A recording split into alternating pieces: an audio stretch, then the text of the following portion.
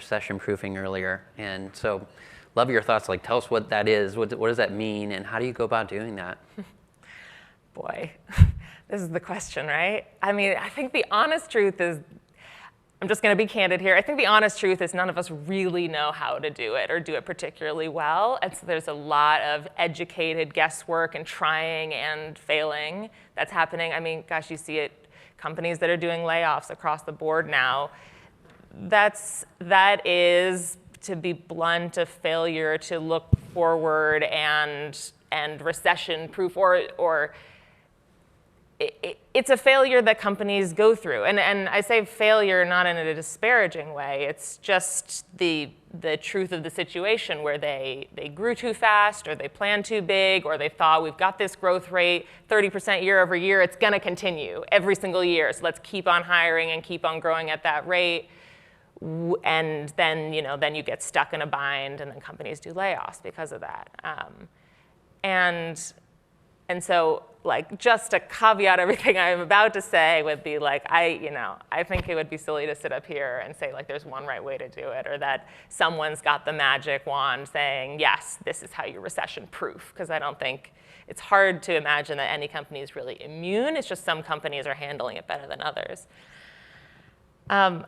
I think, from my perspective, that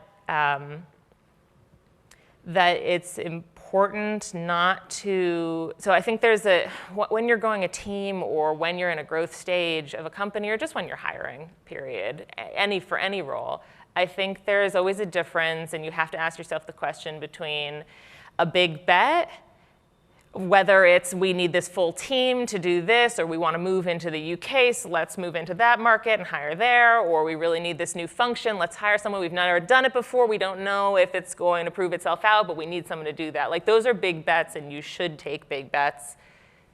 That's the only way you can grow as a company.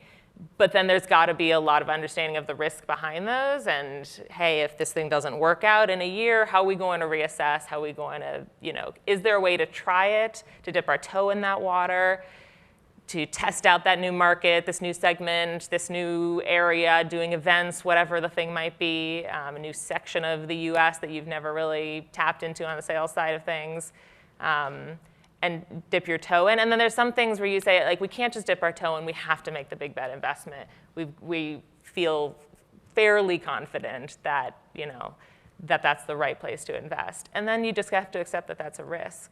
So I'd say, to recession-proof, I think probably the direction that more companies are going to move into is take fewer of those big bets, big risks right now, and try to do more of the dip the toe in. So can we reallocate part of someone's time to go and look at this new area and try it out? Can we bring in a contractor to do this? Can we, how can you dip your toe into those areas before you're saying, yes, we definitely want to move into, wherever it is, the EU, and so let's actually just hire a full sales team. We'll hire 5 people out there, and we'll get started and see how it goes.